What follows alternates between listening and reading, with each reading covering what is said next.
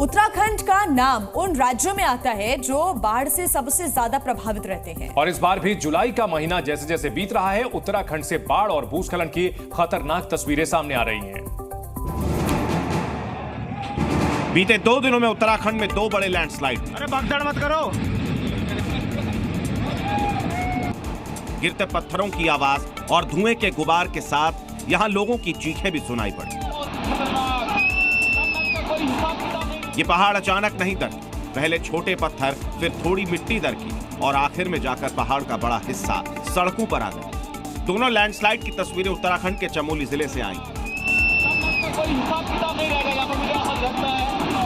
पहाड़ों से पत्थर गिरने के बाद का हाल देखिए। बड़े बड़े पत्थर हाईवे के बीचों बीच पड़े। कभी यहां से गाड़ियां गुजरती थी, अब जैसे तैसे इस मलबे को यहां से हटाया जा रहा है। भूस्खलन की बड़ी वजह है बारिश, और उसी बारिश ने खटीमा जिले का यह हाल किया। खटीमा में बाढ़ की ड्रोन तस्वीरों ने वहां का दर्द बयां किया। उत्तराखंड इस वक्त बाढ़ और भूस्खलन की दोहरी मार झेल रहा है।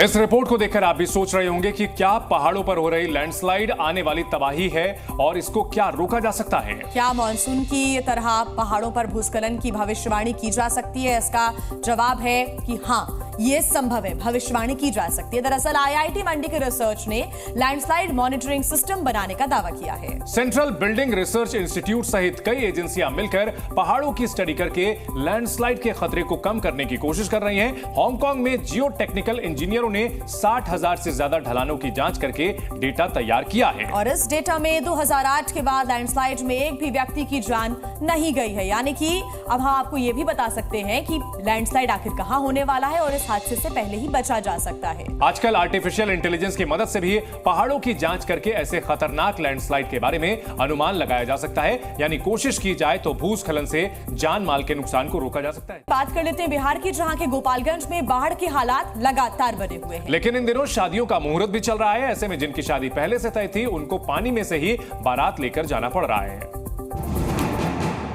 बिहार के गोपालगंज में इन दिनों लोगों को भारी बारिश का सामना करना पड़ रहा है।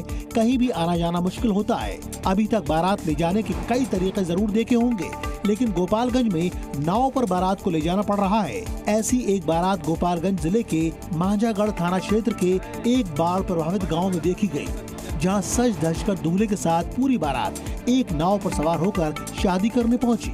दरअसल इन दिनों गोपालगंज का एक बड़ा हिस्सा गंडक नदी में आई बाढ़ से पूरी तरह से प्रभावित हो चुका है। जहां से बारात जानी थी वो पूरा गांव बाढ़ की चपेट में आ चुका है। इस गांव के विकास यादव की बारात जानी थी। बाढ़ की वजह से किसी गाड़ी का गांव तक पहुंचना आसान नहीं था।